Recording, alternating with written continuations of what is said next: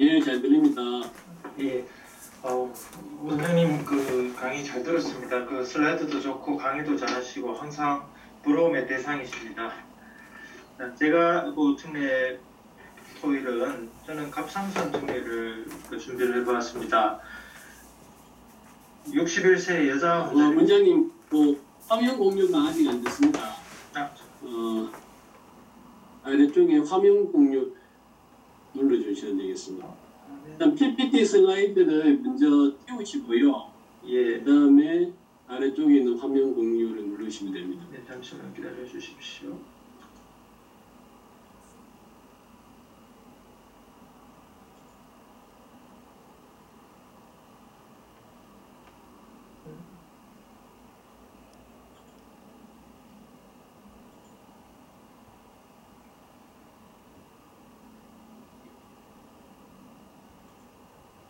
화면 공유는 어디서 잠시만요. 음스토그 비디오 중지 편에 보면 참가자 옆에 화면 공유라고 보이세요. 잠시만 기다려 주십시오.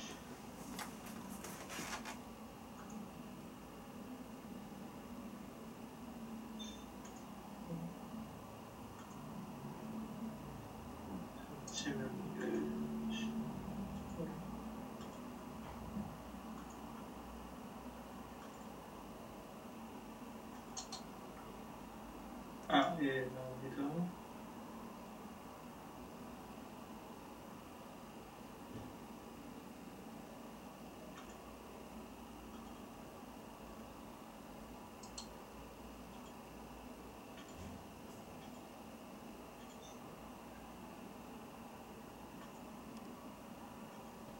화면은 보이시나요? 예, 이제 나왔습니다. 예, 잘 보입니다.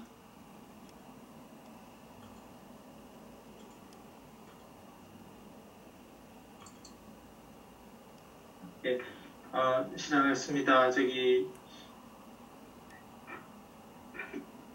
61세 여자 환자입니다.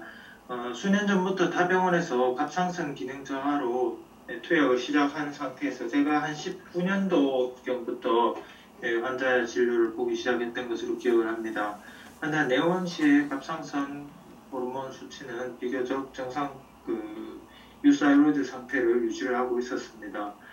근데 처음에 이제 제가 갑상선 초음파를 해보았을 때 갑상선은 전반적으로 디퓨즈하게 미만성으로 존재되어 있었고, 그리고 갑상선 우엽에 경동맥 옆쪽으로 해서 저에코성에 약간 불규칙한 마제를 가진 저음형 결절이 관찰되었습니다. 약 5에서 7mm 정도 크기로 관찰이 되었었고요. 렙트 사이로이드에도 비슷한 5에서 3mm 정도의 작은 저음형 결절이 보였습니다.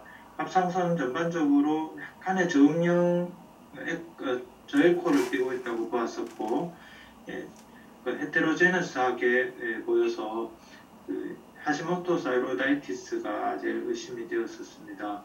그 당시에 저도 아직도 잘 모르지만 이 저음형 결절이 저에코 결절이 상당히 좀 되게 걱정이 되는 상태로 팔로업을 계속 해오고 있었습니다.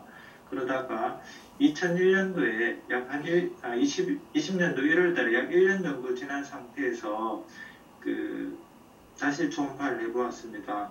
환자는 역시나 갑상선 결절은 그다지 우엽에 있어서 큰 변화를 보이지는 않았었습니다. 사이즈라든가 내부 에코라든가 모양이라든가 크게 변화는 없었지만 제 생각에는 저는 한 1년 동안 계속 찝찝한 상태로 팔로업을 해오고 있었기 때문에 그전 병원에서 초음파 소견이 어땠었는지도 알 수 없었고, 그래서 환자분한테 한번 FNA 검사를 해보자 권유를 드려서 환자는 인근 병원으로 가셔서 갑상선 FNA를 검사를 하셨는데 저희 걱정과는 다르게 림포시틱 사이로이다이티스, 하시모토 사이로이다이티스에 준하는 소견을 보였다고 회신을 받았었습니다. 안심의사는 갑상선 약을 투여를 하면서 다시 또 초음파를 하고 있었는데 역시 지금 그동안에 한 1년 정도 다시 또 지났는데 그 팔로우를 한 2년 정도 뒤에 다시 했었는데 역시나 갑상선 우엽에 있어서는 크게 변화를 보이지는 않았었습니다. 그래서 저는 혹시나 이게 그러면 리버하고는 달리 다른 어프로치나 CT라든가 이런 거를 또는 튜머 마커라든가 이런 게 또 쉽게 해볼 수 없는 입장에서 갑상선 하시모토 갑상선염에 있어서 국소 결절의 형태가 그럼 어떤 경우에 FNA를 권유를 해야 되겠고 또 어떤 경우에는 그냥 안심하고 팔로우를 해야 될지 참 궁금해서 여러 자료를 또 찾아보았었는데 딱히 갑상선 종괴가 갑자기 커진다든가 이런 경우를 제외하고서는 딱히 어떤 경우에도 해야 된다는 언급은 없었습니다. 그래서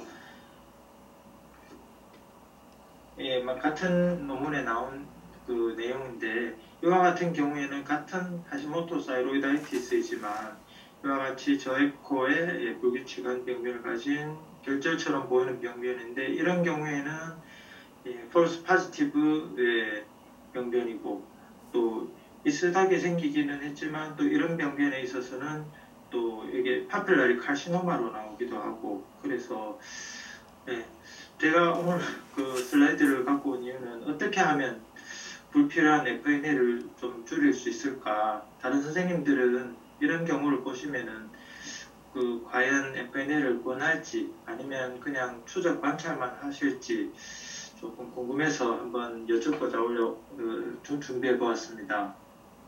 이상입니다. 네, 강의 잘 들었습니다. 김대표님.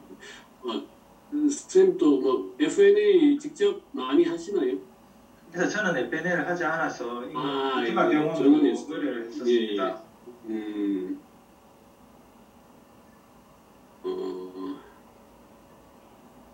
저는 조금 가끔 하긴 하는데 잘 못하고 그래서 작은 병변은 아예 할 생각은 안 하는데 LCM 정도 넘어야 저는 좀 시도해 보는 것 같은데 저음령인 경우에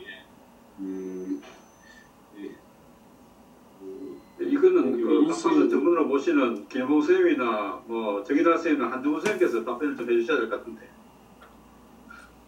한정훈 선생님 먼저 한번 설명 좀 해주십시오. 제가 나중에 코멘트 한번 하고 그런 식으로 한번 해보겠습니다. 한정훈 선생님 FNA 요새 많이 하시니까 한정훈 선생님 부탁합니다.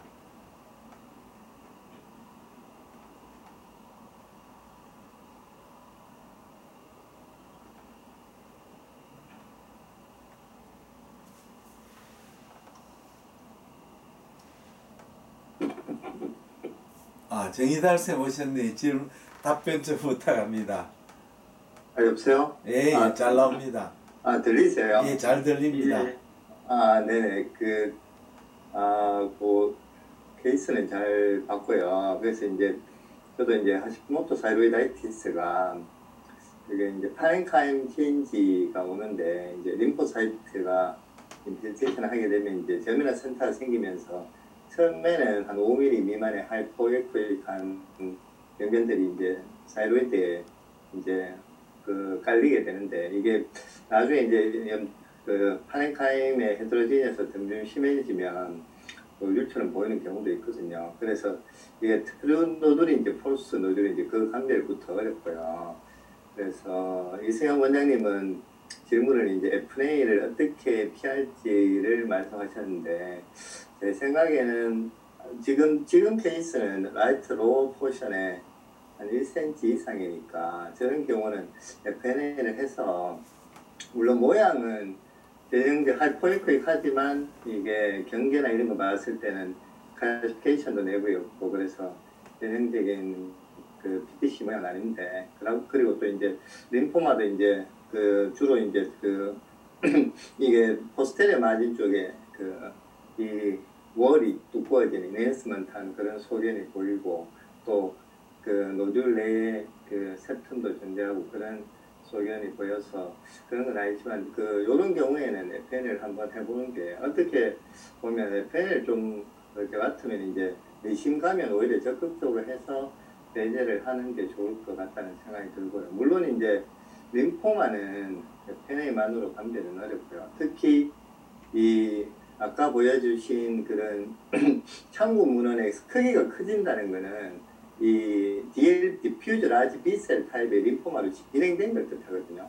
그래서 초기에 말토마가 이제 DLBL로 이제 진행을 보통 하는데 말토마 타입 때는 저렇게 포칼 하이포이크한 메스처럼 보일 수 있어요. 그래서 그런 경우는 진단이 굉장히 어려운데 만약에 FN에서 조금이라도 약간 커멘트가 이제 림포사이트가 많이 보이는데 약간 뭐 에이티피컬하게 보인다 이러면은 한번 뭐 대학병원에 이런 데 보내서 바이옵시를 해서 하고 이뮤노히스토케미스트리 있는 게 한 필요가 있다고 생각하고 오히려 좀 의심되는 병변은 뭐 크기가 한 1cm 이상이나 뭐 또 자꾸 이제 조금 이게 조금 집중하면 오히려 FN을 해서 배제를 하는 게 배제하고 팔로우 스테이가 커지는지 보는 게 더 낫지 않나 이런 생각이 듭니다.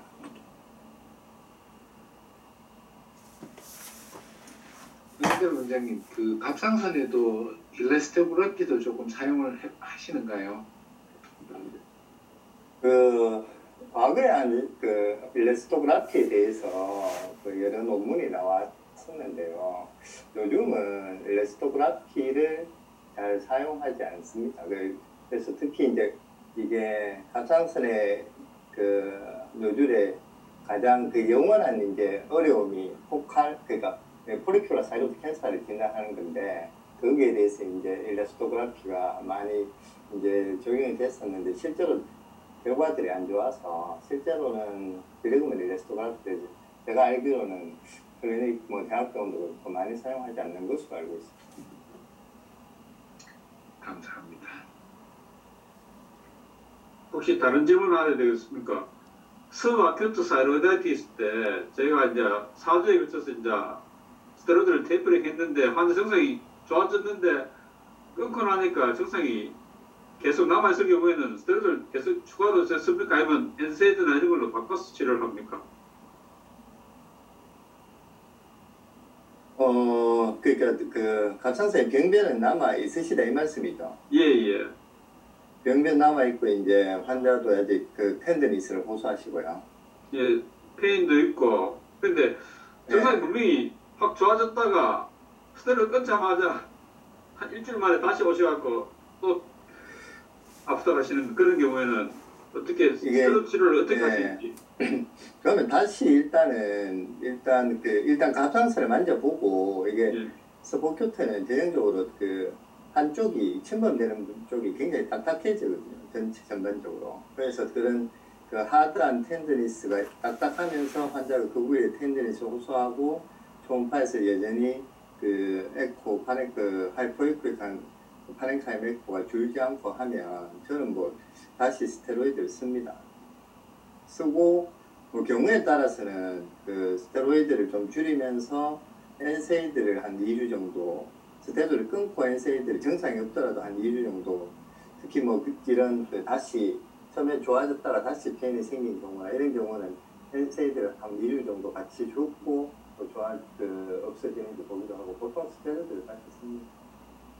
스테로이드 이니셜 얼마쯤 쓰십니까? 보통 한 20ml 정도는 주고요. 그러니까 프레드니솔론으로 따지면 2TPID 정도는 쓰고 심하면 30ml 정도 쓰긴 하는데 보통은 웬만큼 심하지 않으면 20ml에서 대부분 증상이 좋아지는 것 같습니다. 근데 이게 스테로이드 환자 컨디션에 따라 다른 것 같은데요. 조금 환자가 이제 좀 무리를 많이 하고 이런 제너럴 컨디션이나 이런 게 안 좋으면 퍼티그나 이런 게 지속되면 좀 재발을 꽤 하는 것 같고 그런 경우에는 스테로이드를 어쨌든 써주고 근데 또 젊은 사람 같은 경우에는 한 2-3달 써도 보니까 이 하이퍼살라믹 아드레날 액시스 스프레션이 잘 안 오고 또 끊었을 때도 별 문제 없어서 일단은 충분히 써서 페인을 릴리브해 주는 게 좋을 것 같습니다. 감사합니다. 네. 예, 정리에 잘 봤습니다. 그리고 정대 원장님 그 코멘트 감사드리고 오늘 또 뭐 시간이 어느 정도 된 것 같습니다. 오늘 모임은 여기서 마치고 이제 일주일만 지나고 10월 첫째 주에 중수질환 초음파 리브 팹 퀀티피케이션 정례 발표는 이수연 원장님께서 이렇게 해서 일주일 뒤에 또 찾아뵙도록 하겠습니다. 감사합니다. 수고하셨습니다. 수고하셨습니다. 안녕히 계십시오. 수고하셨습니다. 수고했습니다.